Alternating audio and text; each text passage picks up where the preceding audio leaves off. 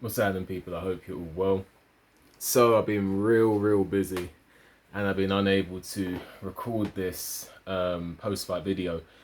But just before work, I found a quick minute, so I'm gonna quickly do this. So Fabio Wardley versus Frazer Clarke ended up in a draw, and for me, I can't argue with the result, but at the same time, um, I felt I wasn't scoring the fight. I wasn't scoring the fight. I was one of them. I was really tired, and I kind of just wanted to watch the fight.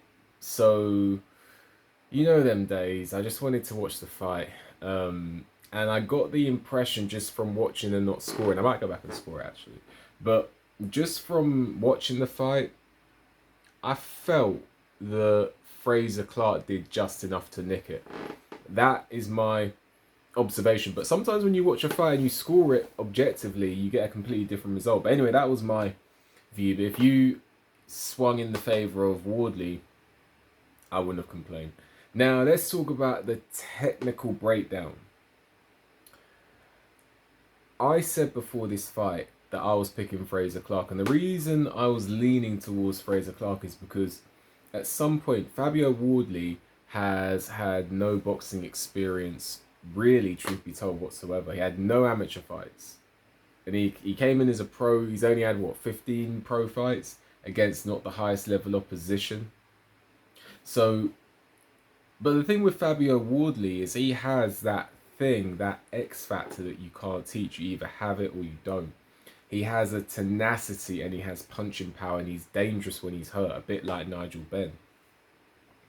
So he has something that you can't teach. Now, Frazer Clarke has something that you can teach over a long period of time, and that is well-schooled ABC fundamental amateur boxing. And I felt that one day, Fabio Wardley, with all his attributes and for all his strengths, the lack of experience, I felt one day would land him in trouble. And I still think that. And I thought one day he's going to lose badly and early in a really rookie fashion.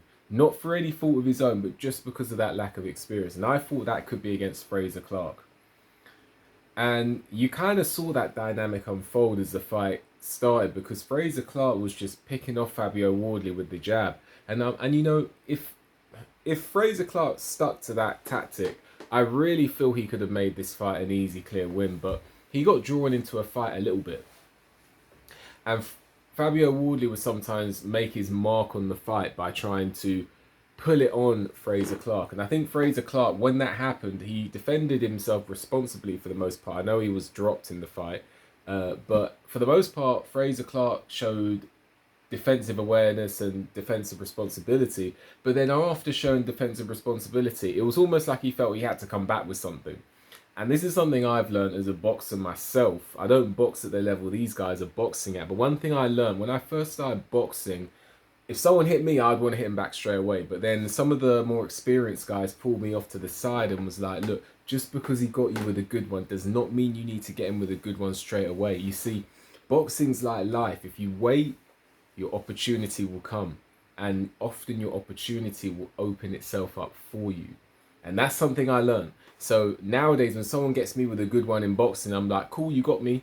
But when the opportunity comes, that's when I'm gonna get you. I'm not gonna get you straight away. Now, sometimes you do need to stand your ground. It's all about making that mental assessment. But my initial reaction when I first started boxing, you got me, I need to get you. That's not the way. And it felt like Frazer Clarke, actually, for all his amateur experience, fell for that a little bit.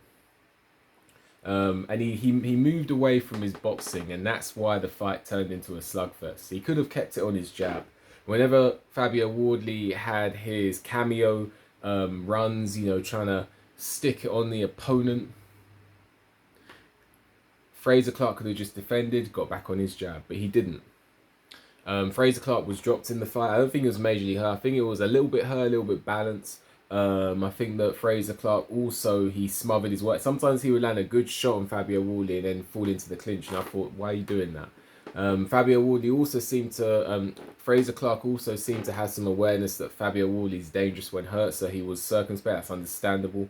Overall, I don't think a draw is a terrible result. I kind of thought that Clarke did enough to nick it. But I can't argue with the draw. I think the fans scoring the fight overall had it as a draw. Can't complain. Overall, I think that a rematch is a fair conclusion. I know Fabio Wardley retained his titles. Truth be told, Wardley looked more happy with the draw than Clarke. Maybe that's a bit telling, or maybe that's the fact that Wardley held on to his belts. But either way, I think if there was to be a rematch, I'm a little bit worried about Fabio Wardley, a little bit worried, because I feel like that nose seems to open up on a regular basis now. And I feel like Wardley took more damage in that fight. And truth be told, Wardley really slowed down. He became really sporadic. I know he's normally sporadic, but he became really sporadic.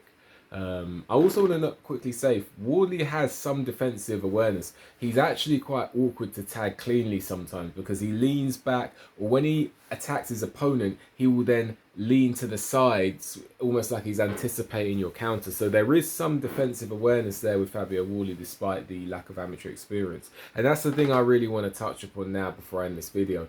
Fabio Wardley, no matter what, deserves the world of praise and credit, because this guy has come from no amateur fights, no amateur experience. He's gone up into the pros. He's doing his thing. He's beating people he shouldn't be beating. He's now fought an Olympic medalist and come out with a draw.